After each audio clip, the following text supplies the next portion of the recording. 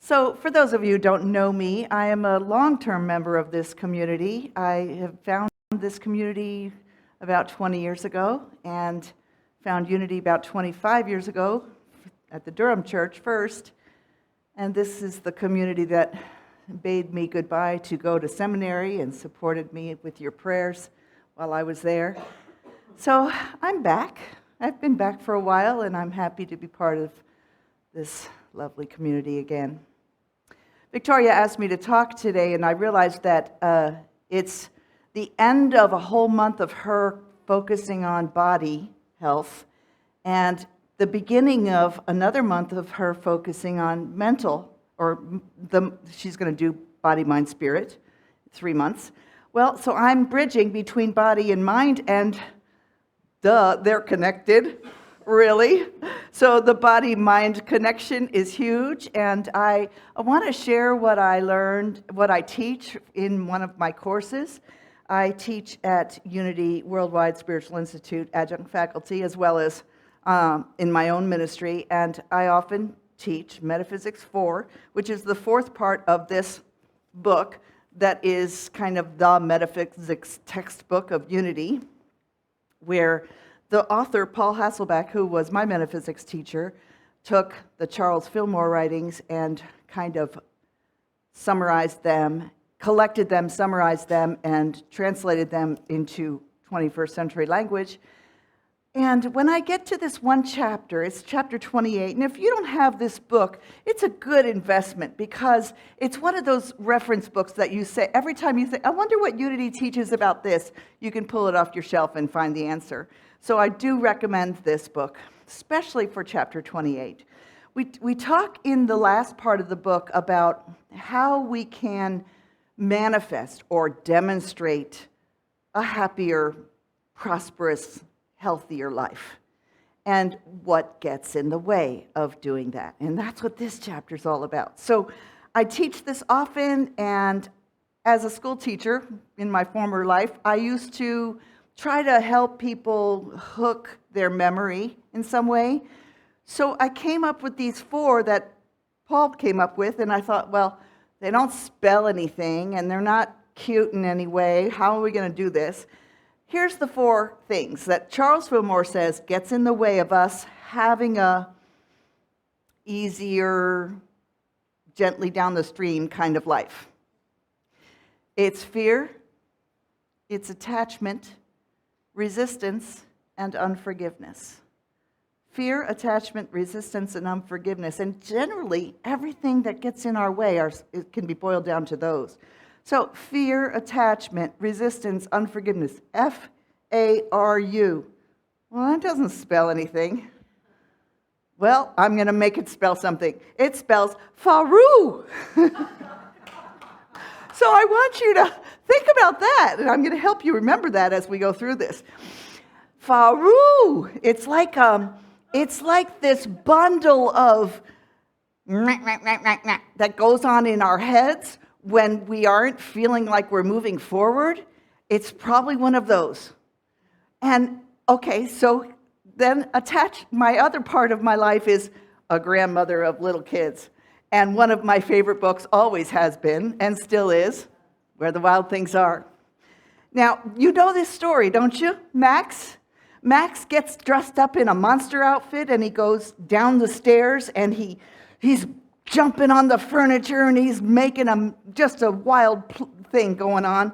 And he says to his mom, I'm going to eat you up. And she doesn't like that disrespect. So she sends him to his room without dinner.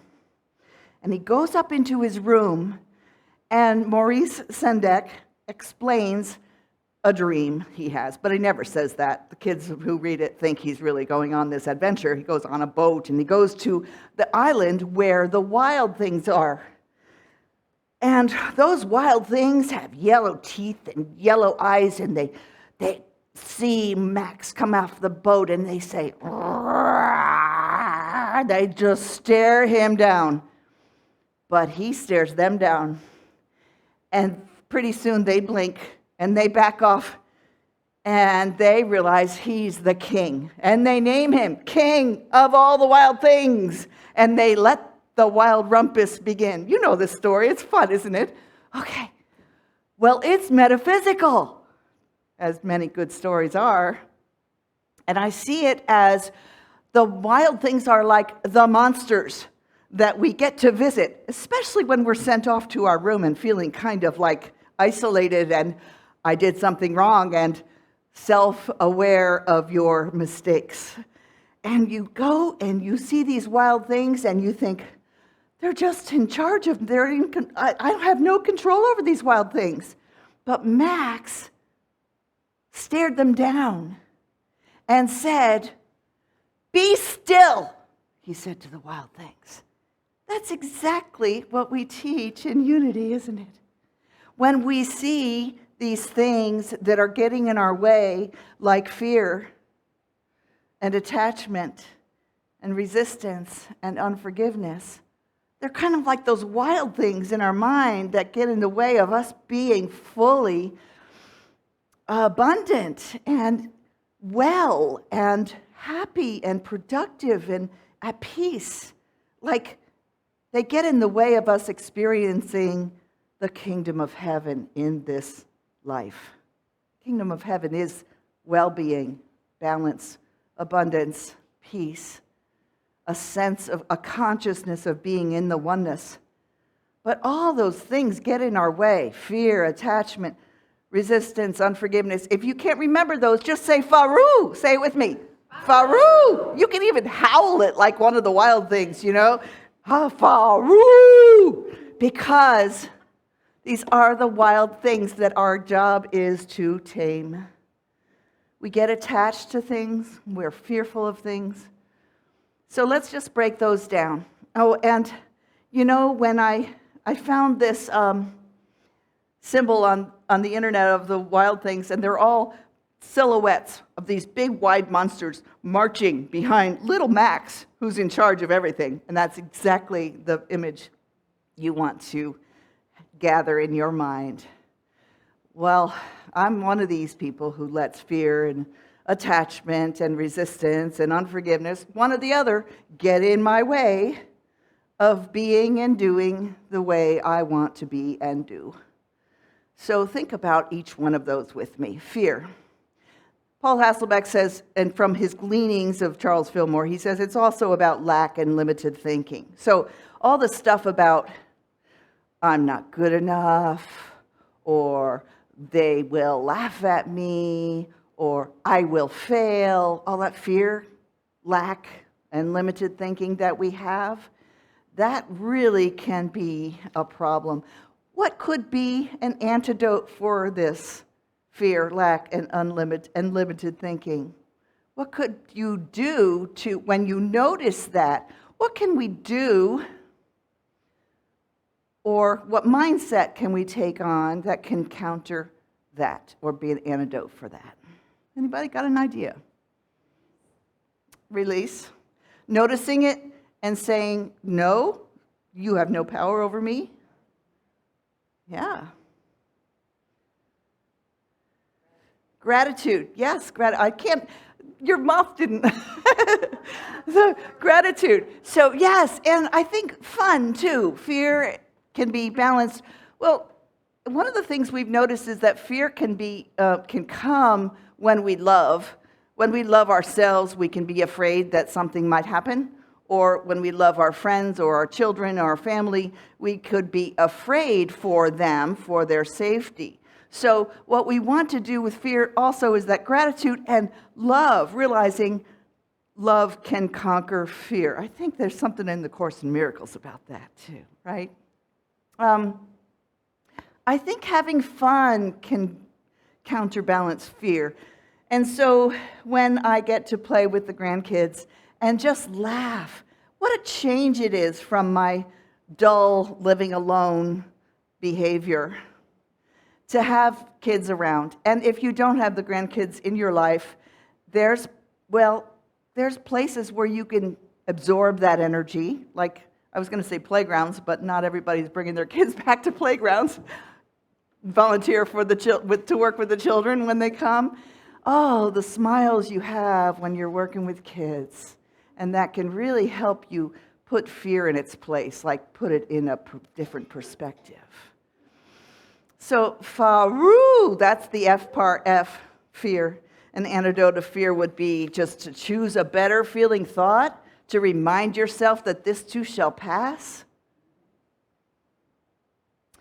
An antidote for fear is courage. Like if you're afraid to do something, turn it around and do it. Just push through. And sometimes that can be really hard, but it's not as hard as you thought it was. And you get to the other side and you go, oh, I did it. That wasn't so hard. Yeah. FARU, the next word is attachment. And boy, do we get attached to things and ideas and beliefs and relationships, and we hold on to those things. It's kind of fear-based.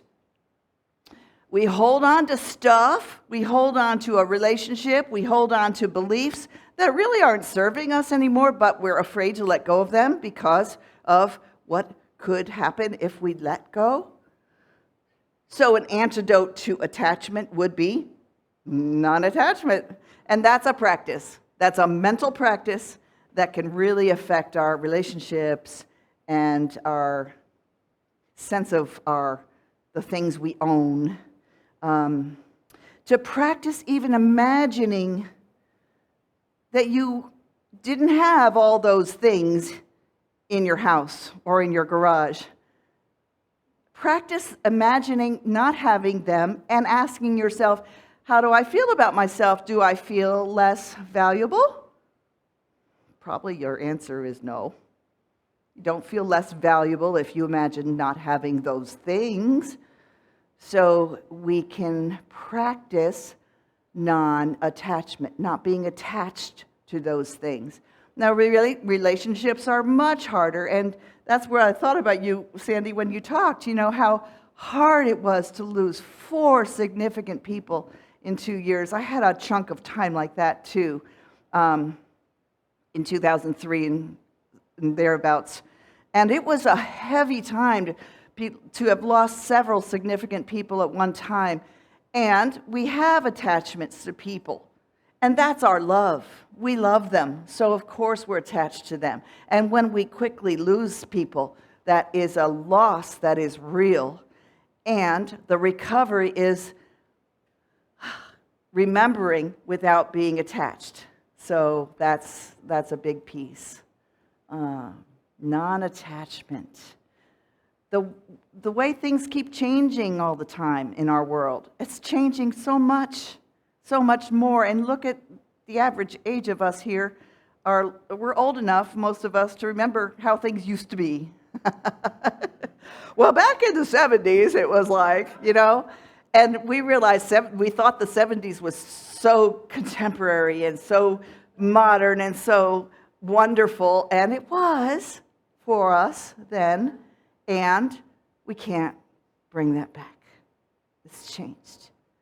So a non-attachment to the way things have always been is part of our spiritual practice. And as we let go of that attachment, we'll find that we can flow with the flow a lot more easily rather than paddling upstream trying to keep it the way it used to be. Okay? That's fear. That's attachment. What's the next one?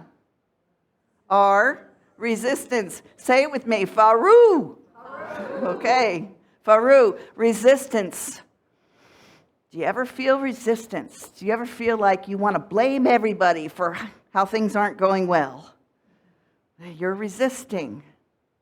Do you ever feel like you want to just stop everything and make it just stop? There's some resistance to what's happening, right? And sometimes a passive-aggressive relationship interaction is resistance too, right? You'll say, yeah, I'll do that, but you don't, and you have no intention of. That's resistance. So resistance, obviously, non-resistance. There's a lifelong spiritual practice. Non-resistance. Choose to redirect your thoughts. Choose to say, why am I resisting this? Is there a way I can adjust this so I don't feel so resistant? Can I tweak it just a little bit so it brings me joy instead? I often say to people when they worry about, like, I'm not happy with the volunteer position I have at the church. It's just, I'm getting nyeh about it. I say, well, then stop doing it, because what you need to do is do what brings you joy. And if it doesn't spark joy, you're not doing it out of love. You're resisting it. It's not going to flow well anyway, so let it go. And I feel that way more and more about my own activities of my life. For me, COVID taught me that it's okay to be alone and that I can actually be happy that way. And so when I feel this about I should do this, or why am I not like this, blah, blah, blah, blah, blah, I have to say, you're not doing it because you don't want to do it. And that's okay. Why would I do something that I feel resistance about all the way through it? Don't we spend a lot of our lives doing things that we feel resistance about? And if we can tweak them just a little, because some of those are things we have to do as the responsibilities we've taken on, but if we can just tweak them a little bit with an adjustment in our mind to say, what about this can I enjoy? And I'll focus on that. Instead of, I don't want to do this. Now I've got to go do this. I don't want to do this, Remember what the law of mind action, little ditty that we learn in Unity. What you resist persists. What you resist persists. It's all in our minds. If I resist something, if I keep thinking, I don't want to do this, or I don't like that, it's going to persist because we're yanking about it. So if we want to practice non-resistance, we can notice the resistance and say, how can I make this something I can just flow around? Kind of like in a stream when you've got an obstacle in the way. The water doesn't care that there's an obstacle, does it? It just flows right around the boulder. Even a dam, even the beavers can make a dam. I saw them in the New Hope Creek, right a few miles away from here, making a dam, and near the trail where I walk. And the water just finds its way right through it, keeps on going. That stream doesn't dry up just because the beavers made a dam. It just keeps flowing. And so whatever resistance your mind has made, you can find a way to flow around it and be done with that resistance. FARU, what's the last one? A U, it's an unforgiveness. Unforgiveness. How can unforgiveness keep us from experiencing the kingdom of heaven here on earth? You know how it can. It persists. Even the little grudges. Even the little I don't like that person. I don't like how we interact. And you're not forgiving of that person. Just those little things, shed that stuff. And realize it's not all about me. It might be about them. And if it's about them, then it's none of my business. And I can let it go. Father, forgive them, for they know not what they do. If you have that attitude that they don't know what they're doing that's affecting me, then I can forgive that. Because it's not about me, it's about them. Myrtle Fillmore did her healing. She has a story that she's one of the co-founders of Unity. She was diagnosed as just a frail young lady. Little girl who couldn't go out to play because she was too frail. She had to stay inside and read her books. She was born in 1845, so think of that context. And frail is a word that they used a lot, not knowing what any diagnoses really were, like we know now in science and medicine. But she figured out that a lot of what she was manifesting with her body was about her mind. And she figured that out from one little quote that one minister said at one sermon lecture. So you never know what you're going to say that can affect someone's life. This person said to her that she was a child of God. Therefore, she did not inherit sickness. You don't inherit sickness from God. And that's who your real father is. And when she grabbed onto that, she realized that she could speak to her body with the power of God in her consciousness, because she is a child of God. And she went to every part of her body to ask its forgiveness for detesting her body so much all of her life. She thought her body was frail, and she disrespected her body because it didn't give her the vitality that she wanted it to have. And so she went to every part of her body in her prayer and meditation and asked its forgiveness. And by asking forgiveness, she's giving forgiveness because it's all within. And she healed from her tuberculosis, which almost killed her.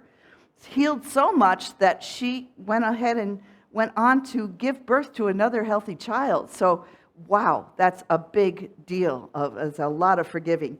Myrtle says, and remember this context of a woman in the 1860s, 70s, that's her young youth.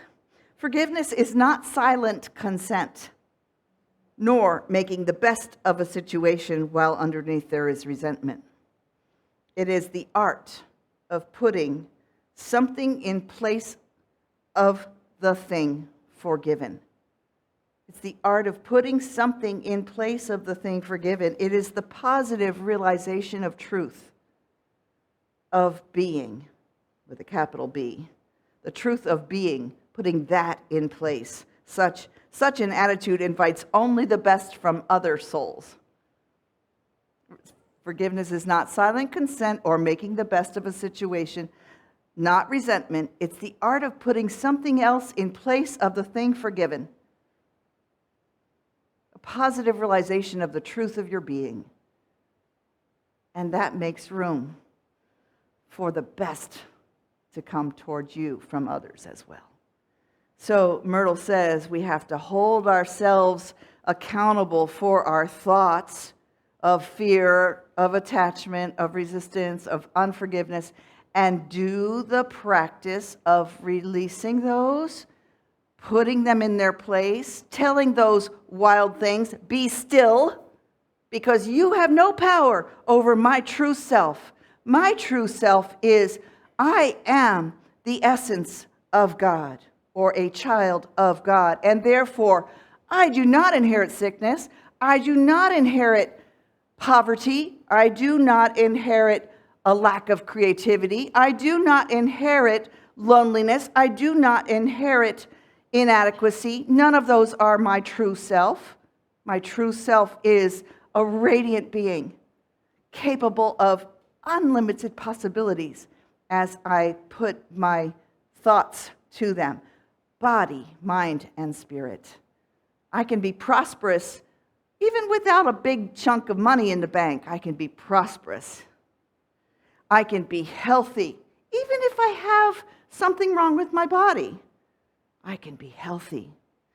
Well-being is so much more than just what the body looks like.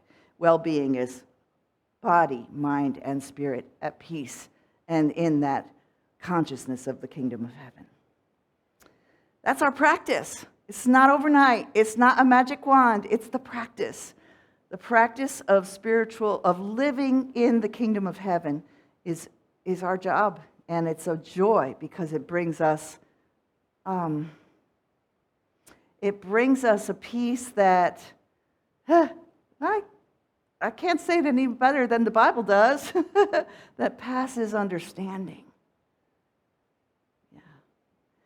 So I invite you to remember when you're checking in with yourself and saying, what's going on? Why do I not feel like I'm in the flow? Why am I not experiencing the kingdom of heaven. Remember one word. What is it? FARU. Yes. Thank you. And so it is.